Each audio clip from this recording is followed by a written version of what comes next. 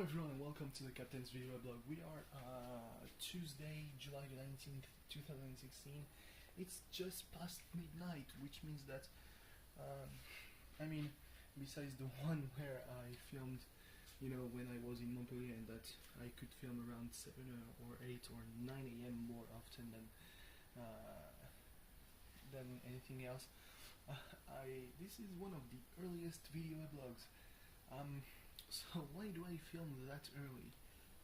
I don't know. I could have recorded that way earlier. But you might never know what happens in a day. And I'm not filming later because there's the draft, which is the main reason why I'm filming that early. There's been no Tour de France stage, the resting and all that.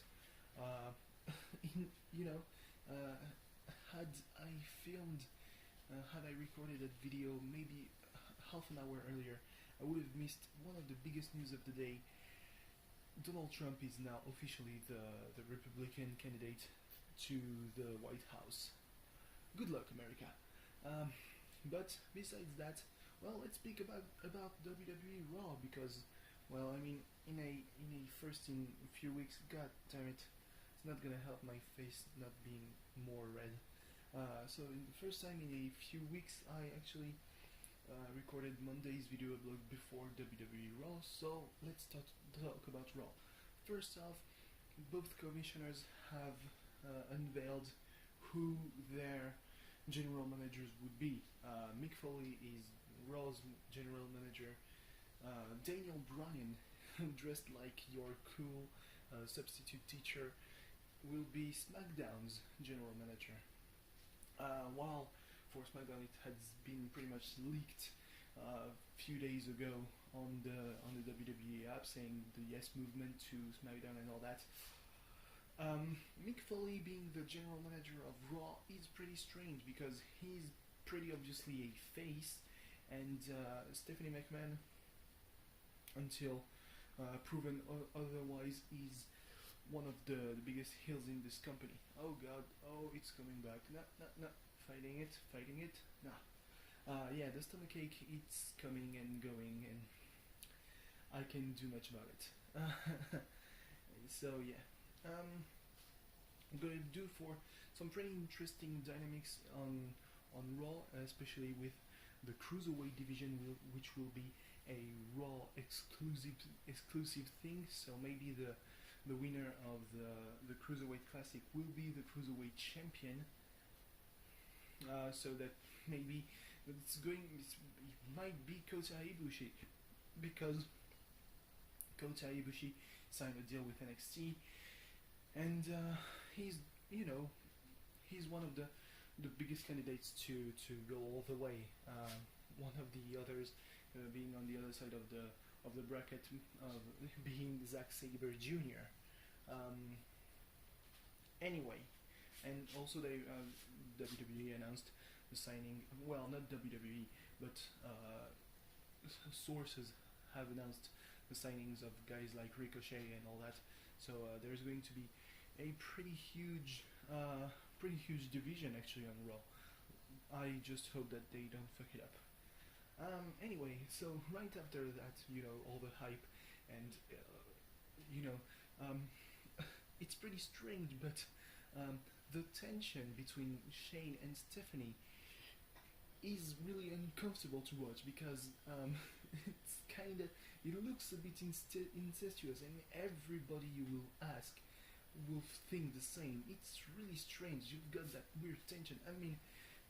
The McMahon family has been pictured so weirdly in the early 2000s, and it had gone back to being a little bit more normal because Shane wasn't there anymore, and it was just Vince being Mr. McMahon and Stephanie being the daughter of Mr. McMahon, so both being pretty, hellish heels.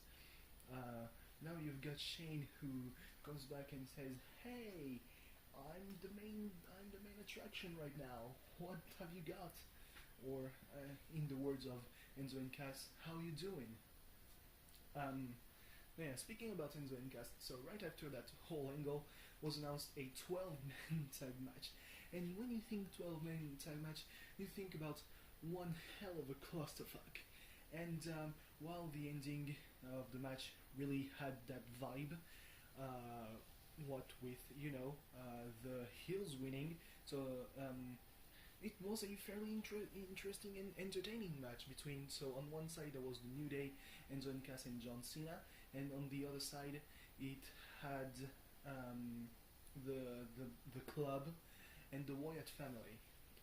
The Wyatt family, which interestingly enough will not be one team for the draft. They will be Braun Strowman, Bray Wyatt, and Eric Rowan. Same for the club, but a bit more different because Gallows and Anderson will be a team, and AJ Styles will be on his own. So obviously, Finn Balor. Anyway, so yeah, it was really interesting.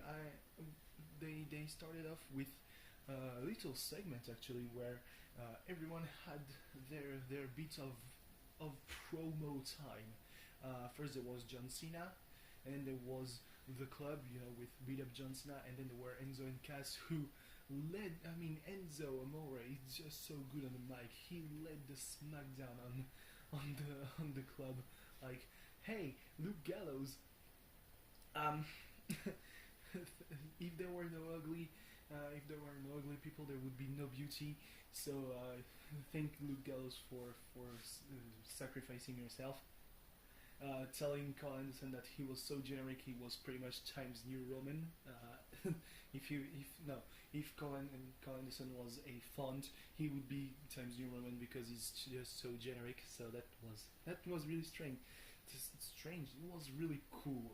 Like, that's something that you might not think of when you're cutting a promo, comparing someone to the one font that a text editing software will always propose to you first. Because yeah, Times New Roman is the one font that is on default, not Arial, Times New Roman. Yeah, and then there was the New Day with apparently Xavier Woods. He's a level 21 Pokemon Go trainer. That got him a pop because, am I right, pop culture? But when he said that he was Team Valor for life, he got himself a few boos, which is dumb. I mean, Team Valor is obviously the best team. Instinct and Mystic can just go away. I mean, he got such a reaction, like it wasn't really audible, but it was more than any other heel on the roster that appeared that evening. So must say something about your allegiance in Pokemon Go. But good on him for being level 21. Must have a lot of free time. And it was really a really interesting match. They managed to keep it balanced, which is something that should be commended because it doesn't happen that often. What else? Oh, so not only is Charlotte not going to compete in a title match, not only is Charlotte not going to compete in a title match, she's also going to compete in a tag match against Sasha and someone of her choice. But it will be complicated because, as said on SmackDown, she doesn't have a lot of friends. That's dumb. Probably it won't be Becky Lynch because she's already facing Natalya. So maybe Paige, maybe Bayley. Oh, I mean that would make the most sense. Maybe Emma, but I do think that Emma still has a lot of time of recovery until she can step back into a WWE ring. Her back surgery and all. So yeah, my chips are on Bayley. There was the match for the WWE Championship between Seth Rollins and Dean Ambrose. And as good as the match was, like the match was really great in its content. The both men looked very strong with Dean Ambrose kicking out of the pedigree, Seth Rollins kicking out of the dirty deeds. Dean Ambrose kicking out of the pedigree was pretty impressive, given the fact that he had eaten some pretty nasty power bombs, and that he also got frog splashed. But then there was this finish with a superplex, this double pin, both men's shoulders are on the ground. 1, 2, 3. Stephanie comes out, says Seth is the winner, but then goes right to the network with nobody telling us besides the WWE page on Facebook, which is probably the worst place to advertise something that big, because the decision was reversed. It's a draw. Dean is still champ, but since he didn't happen on Raw, he's a little bit more weakened than Seth going into Battleground, despite the fact that he's still the champion. But who am I? I'm not a booker. There were other matches. I mean, it was a pretty good episode of Raw, despite the fact that not a lot happened in the first hour and a half. Like there were maybe two major matches with, for example, Becky Lynch teaming with Charlotte against Dana Brooke Becky Lynch teaming with Sasha Banks and Charlotte and Dana Brooke. The match was won by Charlotte and Dana because they managed to isolate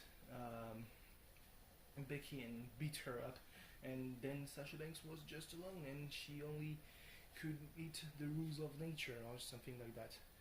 And the rest wasn't too impressive either.